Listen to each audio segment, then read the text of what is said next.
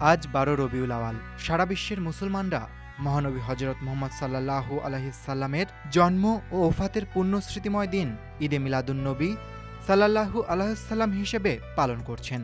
হজরত মুহাম্মদ সাল্লাল্লাহু আলাইহি সাল্লাম ছিলেন সর্বশেষ নবী ও রাসূল। তিনি পৃথিবীতে এসেছিলেন তাওহীদের মহান বাণী নিয়ে এবং শান্তির ধর্ম ইসলাম প্রচার করেছেন। তার আবির্ভাব এবং ইসলামের শান্তির বাণীর প্রচার সারা বিশ্বে আলোড়ন সৃষ্টি করেছে। সৌদি আরবের মক্কা নগরীর কুরাইশ বংশে ৫৭০ খ্রিস্টাব্দের এই দিনে মহানবী সাল্লাল্লাহু আলাইহি সাল্লাম জন্মগ্রহণ করেন। ৬৩২ খ্রিস্টাব্দের একই দিনে তিনি ইহলোক ত্যাগ করেন।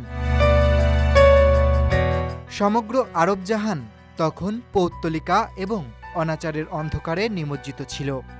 সেই জাহেলিয়ার যুগে নবীকে সারা বিশ্ব জগতের জন্য রহমত স্বরূপ পাঠিয়েছিলেন মহান আল্লাহ। নবীর মধ্যে বিনয়, সহিষ্ণুতা, দয়া, সহমর্মিতা এবং সব মানবিক সদ্গুণের সর্বোচ্চ বিকাশ ঘটেছিল।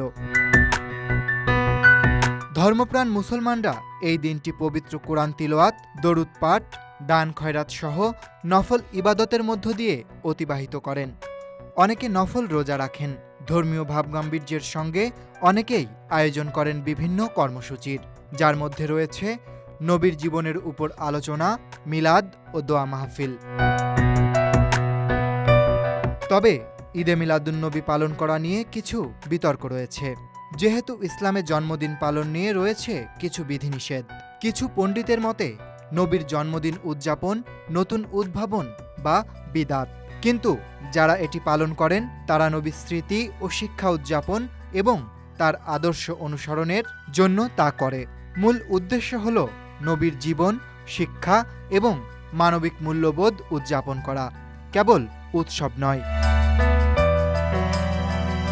ঈদে মিলাদুন্নবী সাল্লাল্লাহু আলাইহি সাল্লাম হল নবীর প্রতি সম্মান এবং শ্রদ্ধার এক প্রতীক।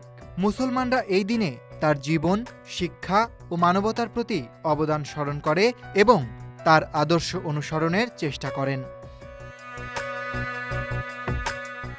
Desk report, Dhaka express.